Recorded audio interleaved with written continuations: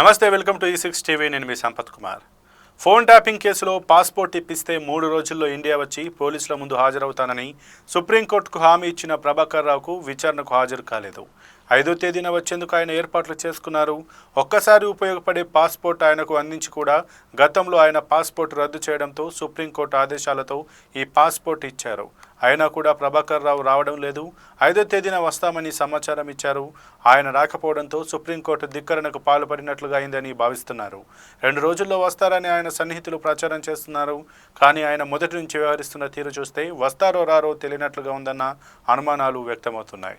6 నెలల్లో వస్తానని చెప్పారు. తర్వాత గ్రీన్ కార్డు భారీగా ఖర్చు పెట్టి తీసుకున్నారు. ఇప్పుడు పాస్పోర్టు వచ్చినా రావడం లేదు.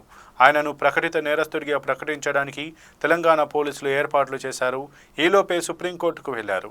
పాస్పోర్ట్ అందిన 3 రోజుల్లో వచ్చేలా సుప్రీంకోర్టుకు చెప్పి హాజరు కాకపోవడంతో తదుపరి చర్యలకు పోలీసులు సన్నాహాలు చేస్తున్నారు. అయితే ఆయనకు అనుకోని సమస్యలు రావడం వల్ల ఆగిపోయారని, 2-3 రోజుల్లో హాజరవుతారని, సుప్రీంకోర్టును ధిక్కరించేంత సాహసం చేయరని ఆయన సన్నిహిత వర్గాలు చెబుతున్నట్లుగా తెలుస్తోంది.